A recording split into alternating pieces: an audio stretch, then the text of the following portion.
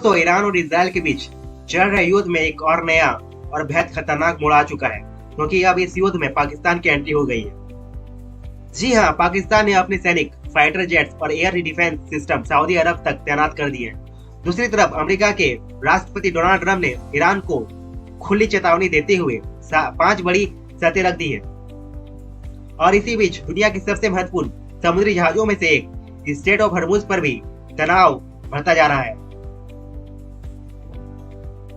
आज के इस वीडियो में हम विस्तार से समझेंगे पाकिस्तान की एंट्री क्यों हुई, ट्रंप ने ईरान को कौन सी 5 चेतावनियां दी, स्ट्रेट ऑफ हॉर्मुज इतना महत्वपूर्ण क्यों है, भारत पर इसका क्या असर पड़ सकता है और क्या दुनिया एक बड़े युद्ध की तरफ बढ़ रही है।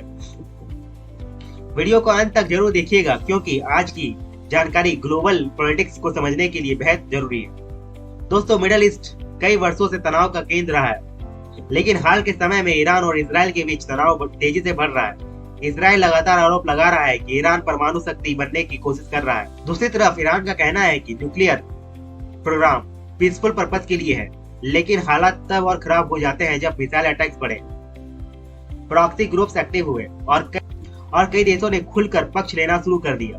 अब यह संघर्ष सिर्फ 2 देशों तक सीमित नहीं रह गया, इसमें अमेरिका, सऊदी अरब, पाकिस्तान और कई अन्य देश इंडायरेक्टली शामिल होते दिखाई दे रहे हैं।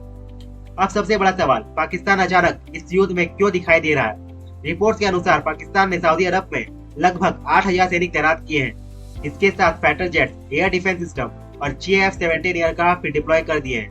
GF-17 वही फाइटर जेट है जिसे चाइना और पाकिस्तान मिलकर बनाते हैं। अब यहाँ ध्यान देने वाली बात यह है कि पाकिस्तान खुद को ऑफिशियली पीस सपोर्टर बताता रहा है। वह कह रहा है कि मिडिल ईस्ट में शांति चाहता है, लेकिन सवाल यह उठता है कि अगर शांति चाहिए तो फिर सेना क्यों भेजी गई। दरअसल पाकिस्तान और सऊदी अरबिया के बीच डिफेंस एग्रीमेंट है।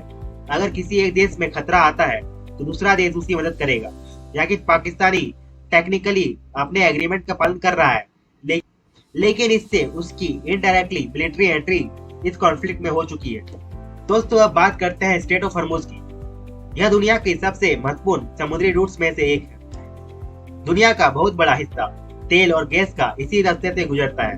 अगर यह रूट बंद हो जाए तो पूरी दुनिया में तेल की कीमतें बढ़ सकती हैं, और इसी कारण पूरी दुनिया की नजर अभी इस इलाके पर है। रिपोर्ट के अनुसार ईरान ने इस क्षेत्र की निगरानी के लिए कई अथॉरिटी बनाई है। अब ईरान कह रहा है कि इस रास्ते से गुजरने वाले जहाजों पर उसकी निगरानी हो रहेगी, यानी टेंशन लगातार बढ़ रही है। दोस्तों, भारत भी इस पूरे घटनाक्रम को बहुत ध्यान से देख रहा है, क्योंकि भारत बड़ी मात्रा में तेल मिडिल ईस्ट से इंपोर्ट करता है। अगर स्ट्रेट ऑफ हॉर्मुज में तनाव बढ़ता है तो क्रूड ऑयल महंगा होगा, पेट्रोल डीजल की कीमतें बढ़ सकती है, LPG सिलेंडर महंगे हो सकते हैं। रिपोर्ट में बताया गया है कि भारत का एक जहाज हाल ही में रूट से गुजर रहा है, यानी भारत लगातार स्थिति पर नजर बनाए हुए है। अब बात करते हैं सबसे बड़ी इंटरनेशनल डेवलपमेंट की। डोनाल्ड ट्रंप ने ईरान को 5 बड़ी शर्तें दी है। पहली शर्त, अमेरिका और इसराइल द्वारा हुए अटैक का कोई कंपेंसेशन नहीं मिलेगा। दूसरी शर्त, ईरान को इनरिच यूरेनियम अमेरिका को यानी न्यूक्लियर कैपेबिलिटी खत्म करनी होगी। तीसरी शर्त, ईरान को अपने न्यूक्लियर प्लांट बंद करने होंगे। चौथी शर्त, ईरान की फ्रोजन एसेट्स का केवल 25% हिस्सा लौटाया जाएगा। पांचवी शर्त, ईरान को मिडिल ईस्ट में प्रॉक्सी कॉन्फ्लिक्ट बंद करनी होगी। अब सवाल यही है, क्या ईरान इन शर्तों को मानेगा। बहुत मुश्किल लगता है, क्योंकि यह पूरा संघर्ष ही न्यूक्लियर इशू और रीजनल इन्फ्लुएंस को लेकर है। दोस्तों, जब कई देश एक ही कॉन्फ्लिक्ट में डायरेक्टली शामिल होने लगे तो दुनिया चिंता में आ जाती है। America, Israel, Iran, Pakistan, Saudi Arabia, चीन, रूस, इन सभी देशों के हित इस क्षेत्र से जुड़े हुए हैं। यही कारण है कि मिडिल ईस्ट का कोई भी युद्ध सिर्फ रीजनल कॉन्फ्लिक्ट नहीं रहता, उसका असर पूरी दुनिया पर पड़ता है। तो दोस्तों, क्या पाकिस्तान की एंट्री से युद्ध और बढ़ सकता है?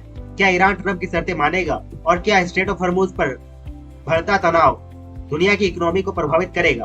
अपनी राय कमेंट सेक्शन में जरूर लिखिएगा। अगर वीडियो पसंद आया हो तो शेयर करें, लाइक करें और चैनल को सब्सक्राइब जरूर करें।